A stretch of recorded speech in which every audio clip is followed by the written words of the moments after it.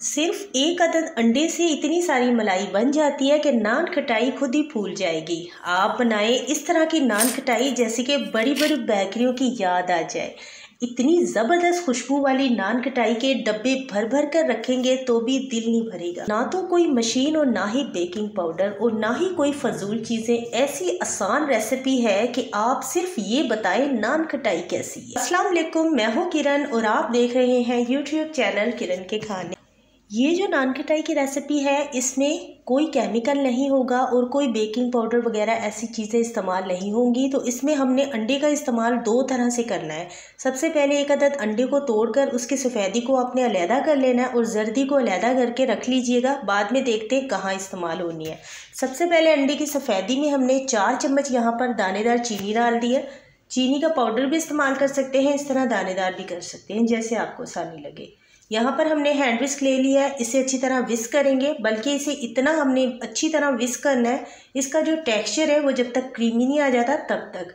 तो यहाँ पर बहुत ज़्यादा टाइम लग जाएगा, तकरीबन 20-25 मिनट भी लग सकते हैं। लेकिन अगर आपके घर पर इलेक्ट्रिक बीटर की सहूलत मौजूद है तो उसे आपने टाइम नोट करके तकरीबन 10 मिनट तक इसे बीट कर लेना, फिर तो आपको आसानी हो जाएगी। इस तरह का टेक्सचर इसका चाहिए, बहुत ज़्यादा क्रीमी, लेकिन इसे फ्लफ़ी नहीं हमने बनाना, बस इस तरह से क्रीमी होगा, ठीक है। अगली चीज़ इसके लिए हमें या तो घी चाहिए होगा या फिर मक्खन चाहिए होगा। दोनों चीज़ों में से कोई भी चीज़ आप इस्तेमाल कर सकते हैं, लेकिन हम कर रहे हैं यहाँ पर देसी घी का इस्तेमाल।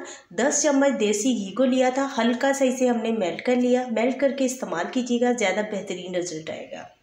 तो आप मक्खन भी इस्तेमाल कर सकते हैं, लेकिन मक्खन को फिर आपको मेल्ट करने की ज़रूरत नहीं पड़ेगी। इसी तरह आप इसमें अच्छी तरह से मिक्स कर लीजिएगा, इसमें से अंडे की स्मेल भी ना आए और इसकी जो खुशबू है वो भी बड़ी बेहतरीन सी हो जाए। तो उसके लिए चंद ड्रॉप्स इसमें हमने वनीला एसेंस डालनी है और एक मरतबा हल्का सा मिक्स कर लेंगे। अगर हो तो डाल लीजिएगा आप, वरना हरी इलायची का पाउडर पीस के डाल लीजिएगा।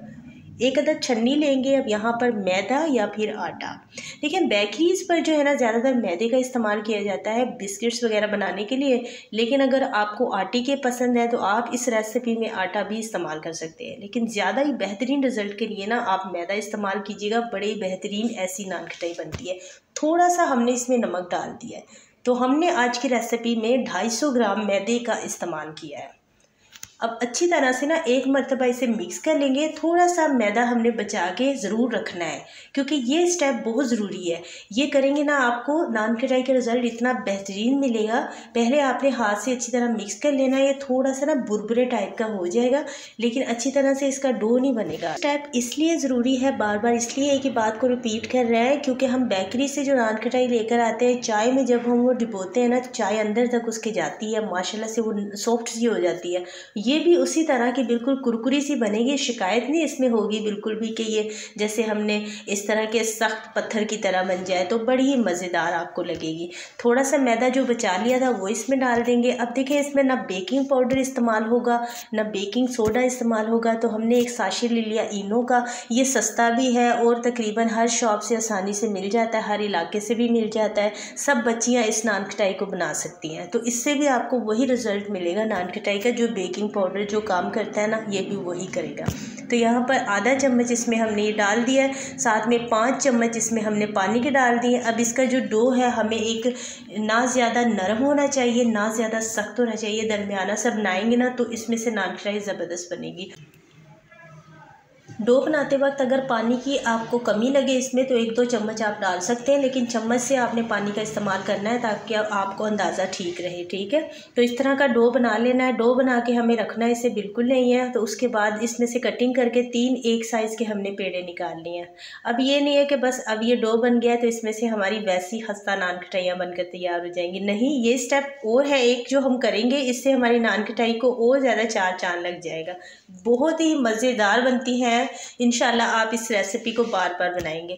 अब एक मरतबा क्या करेंगे, बेलन की मदद से इसे बेल लेंगे। अच्छा, इससे ना बेलते वक्त इसके ऊपर खुश्क मैदा वगैरह आपने बिल्कुल नहीं लगाना, हल्की हल्की चिपकेगी, इसमें क्रैक्स भी आएंगे बेलते वक्त, तो भी आपने परेशान नहीं होना क्योंकि वो सेट हो जाएंगे, वो सब कवर हो जाएंगे।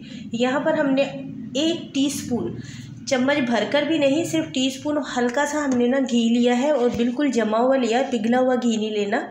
हल्का सा आपने एक रोटी बेलकर इसके ऊपर लगा देना है और हल्की सी इसके ऊपर ना दानेदार चीनी छिड़क लेनी है। उसके बाद इस तरह से जैसे हम चौरस पराठे के लिए हम पेड़ा बनाते हैं ना, बिल्कुल इसी तरह आपने बनाकर और इसे एक साइड पर रख देना है।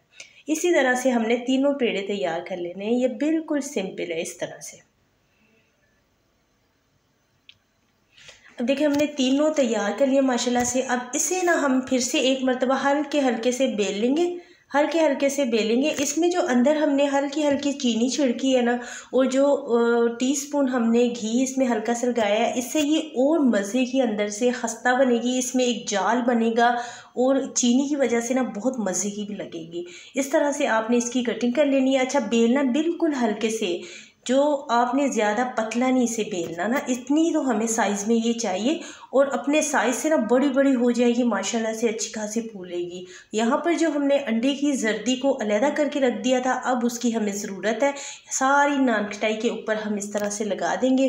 थोड़ी सी हल्की हल्की इसके ऊपर हम दानेदार चीनी डाल देंगे। और देखिए इस्तेमाल हमने चीनी का बार बार किया है, लेकिन बिल्कुल थोड़ी थोड़ी किया है, भर भर के नहीं डालनी, हल्की हल्की सी डालनी है। और स्टार्ट में भी हमने नान खटाई बनाते वक्त भी सिर्फ 4 चम्मच ही चीनी का इस्तेमाल किया था, तो ये इतनी ज़्यादा मीठी नहीं होती। चलिए इन्हें बेक करने के लिए ना, वैसे जिनके घरों पर ओवन है तो वो ओवन का इस्तेमाल करें, और जिनके घर पर नहीं है तो वो परेशान बिल्कुल ना हो, क्योंकि इन्हें बेक करने के लिए तवे का भी इस्तेमाल किया जा सकता है। और इस तरह के पतीलों में स्टैंड लगा के आराम से आप इन्हें बेक कर सकते हैं। तकरीबन इन्हें आपने 40 मिनट बेक करना है, और बिल्कुल मीडियम लो आंच के ऊपर। 10 मिनट पहले आपने पतीले को ना प्री हीट ज़रूर करना है। बड़ा ही ज़बरदस्त कलर आता है, बहुत ही कमाल की तैयार होती है।